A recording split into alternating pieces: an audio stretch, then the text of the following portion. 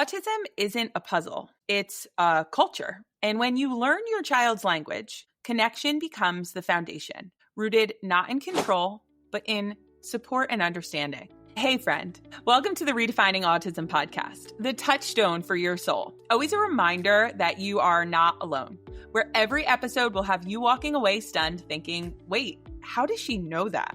Today, I'm giving you the reframe that changes everything, that autism is a culture. It is a brain style, and it is a way of being. By the end of this episode, you'll walk away with a new way to see autism as a brain culture with its own rhythm and rules. How your child's actions and reactions make perfect sense when seen through their sensory, communication, and emotional patterns. The confidence that understanding always creates more connection, more safety, and more possibility. Permission to stop trying to rewrite your child's wiring and start supporting who they actually are. And finally, a sense of belonging in a community that honors every version of hard and every version of truth. You're going to feel two things when you walk away from this episode. You're going to feel relief. Oh, this finally makes sense. And you're going to feel connection. I'm not doing this alone, because you're not. And that's where we start today. So I'm going to take you back to a time where I knew very little about autism, and I was a junior in high school. And one day my parents sat us down and told us that we were going to have a foreign exchange student come live with us. Now, this idea was foreign as it could be, because this was not on anyone's radar, like at all. So all of a sudden, this person who's around the same age as me, my sister and my brother are 4 years and another 4 years younger than me. So this foreign exchange student is around my age, and they're going to come live with us. And by no means did we have like extra room for this human who was here for the year for the experience, but we were going to make it work. And this foreign exchange student, one of them, because spoiler, there ended up being more than one, was from France. And they were here to experience the United States, and they took many trips into New York City. It's very interesting because one of the foreign exchange students we had ended up taking a picture of the World Trade Centers. Like, it had to be months before they ended up coming down. So it was wild to find that like years later. But anyway, through that year and through that time with that exchange student, we had to make it work. We had to make living together work. We had to make a friendship / sibling relationship work. And there was one pizza throwing incident, I will admit. I'm not telling you who threw the pizza. That's a story for a different day. But we had to figure out how to coexist. And in that, they were obviously learning a lot about the cultures of the United States and America and, you know, where they were staying for the year, where they were living. But unintentionally and, you know, again, totally off my radar, we ended up learning a lot about their culture and how they live their life, like their entire way of being and living. And I tell you this story because when we look at autism as a culture, there's a lot of pieces that come into focus and make a lot of sense in that lens or using that lens. So if I were to go up to the person living with us when I had met them and stuck my hand out to shake their hand. Again, this is all way pre-COVID. So there was no elbow bumping. There was none of that. It was a handshake that was expected. And if I had put my hand out, they may have known, you know, what that custom was, depending on how much they knew about where we were and where they were living and how much they had studied the culture. But they also may not have known like what the purpose of that was for. Now, similarly, had I gone first to France, or had they come in even over here for the, you know, the kisses on the cheeks, some people would haul off and punch a person, right? Because you're coming in to give me a kiss and I don't even know you. I don't even know your name. And the reason why they would be doing that is because that is part of their culture. That is how they greet people, just like the way we greet people is with a handshake. It's in that ignorance or just not knowing, whether by not being exposed to it or not learning about it. It's in that gap where one party expects a handshake and the other party expects kisses on the cheek as a greeting. That's where the miscommunication happens that many, many times we see between someone who is not autistic or neurotypical and someone who is neurodivergent, which neurodivergent as an umbrella, we could be talking about autistic, we could be talking about ADHD, we could be talking about a combined profile, and a lot of other things as well.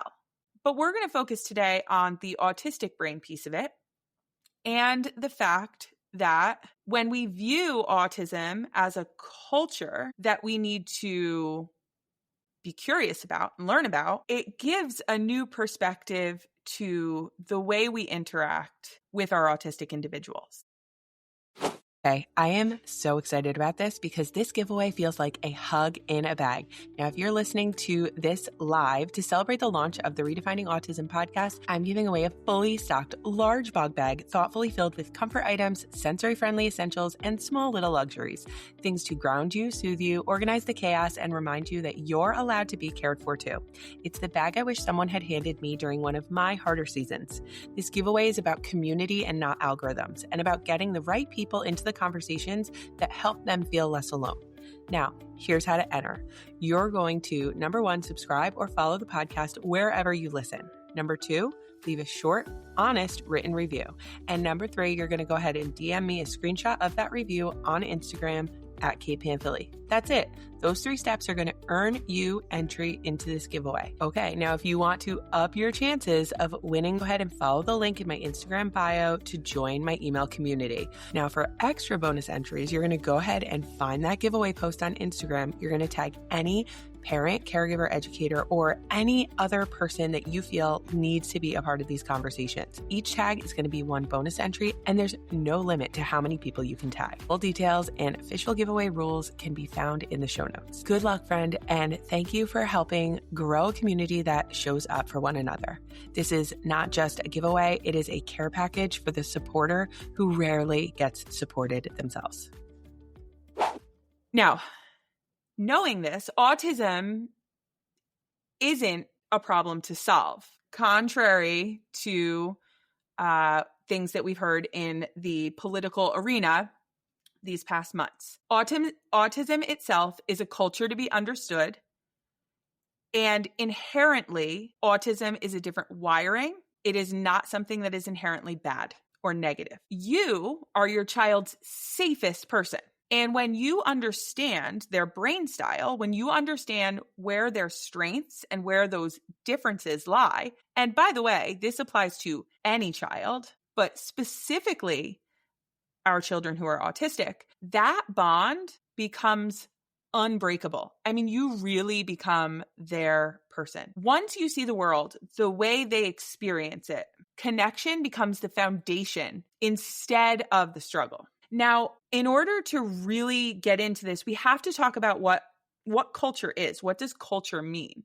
And for the purposes of this conversation and this episode, we're going to talk about culture being a shared language, shared sensory experiences, shared patterns, shared norms, and shared values. The autistic culture is no different. So recent research shows us that autistic brains tend to share sensory patterns, communication styles, emotional processing pathways, predictability needs, and relationship building styles. We have to stop pathologizing autism as a whole, and we have to start looking at it as a culture, as a set of shared, authentic, lived experiences. So why hasn't this been on our radar? Well, it makes sense that this hasn't been on our radar because if you don't know, you don't know. And if you weren't going out and looking for it, this may be a perspective that hasn't been presented to you. So a lot of the research that was done previous to the more recent research by the autistic community was being completed by people who were not autistic,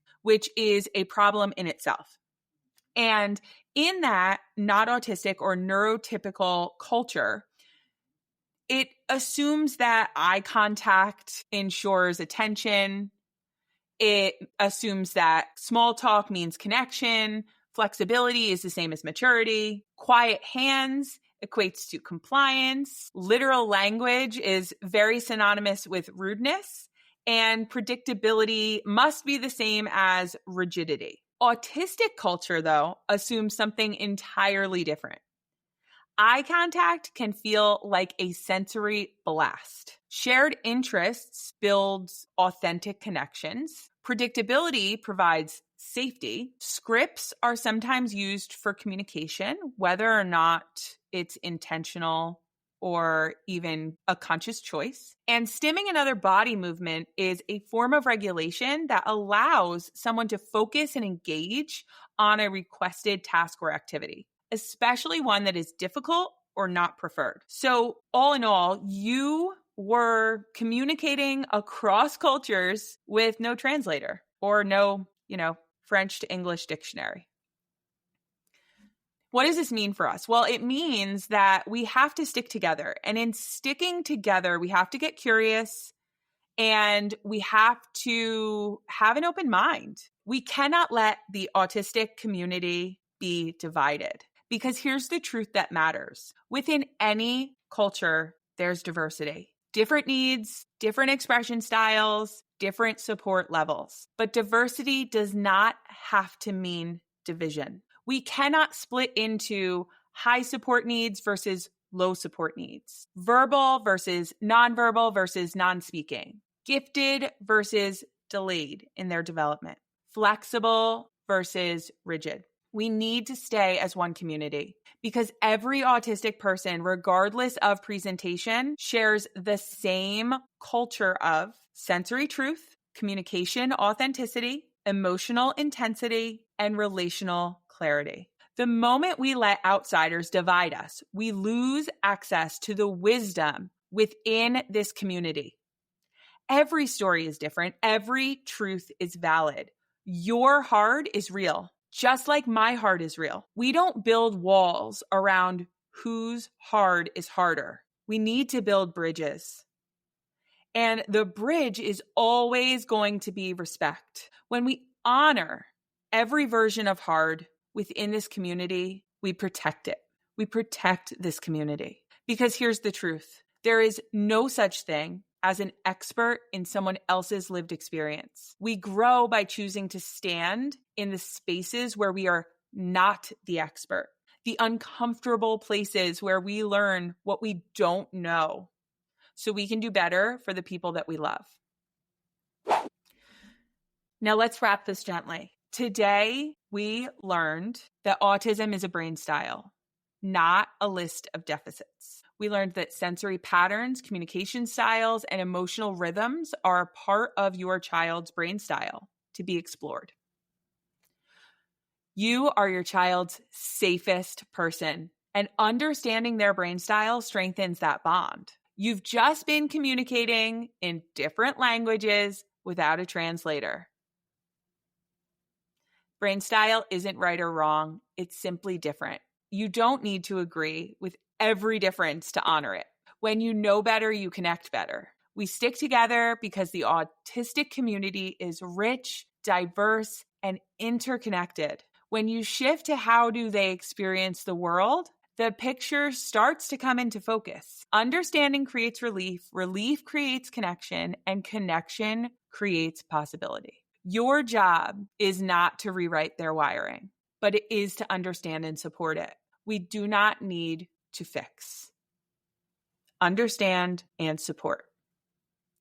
Every child is easier to support when you know how their brain processes the world. And above all else, you're not alone in this. We are all learning to build a shared language with our children. So if nothing else, remember this: understanding a child's brain style changes everything about how you connect and build a relationship with them. It doesn't change who they are, nor do we want it to.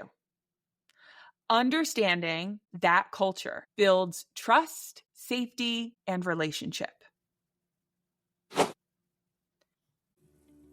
If today's episode helped you feel a little more grounded, whether in the autistic community or within your own family's journey, go download my free resource, The Autistic Brain Compass. It's the guide that brings everything we've been talking about together in one place, and it's the perfect next step for you.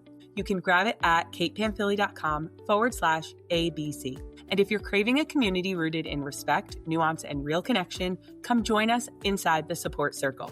If you happen to be listening live, you might be able to jump into our upcoming open house week and get a full month's worth of support and experience packed into 1 week.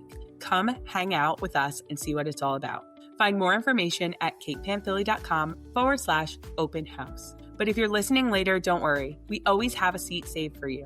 The support circle is where we support the supporters. This is a community built for the ones carrying so much for everyone else. It was created with all the supporters in mind, holding separate spaces but a shared mission for the exhausted parents, caregivers, and families, school-based educators, and dedicated private practitioners and professionals. This is for those who are looking for connection, support, and a circle of people who just get it.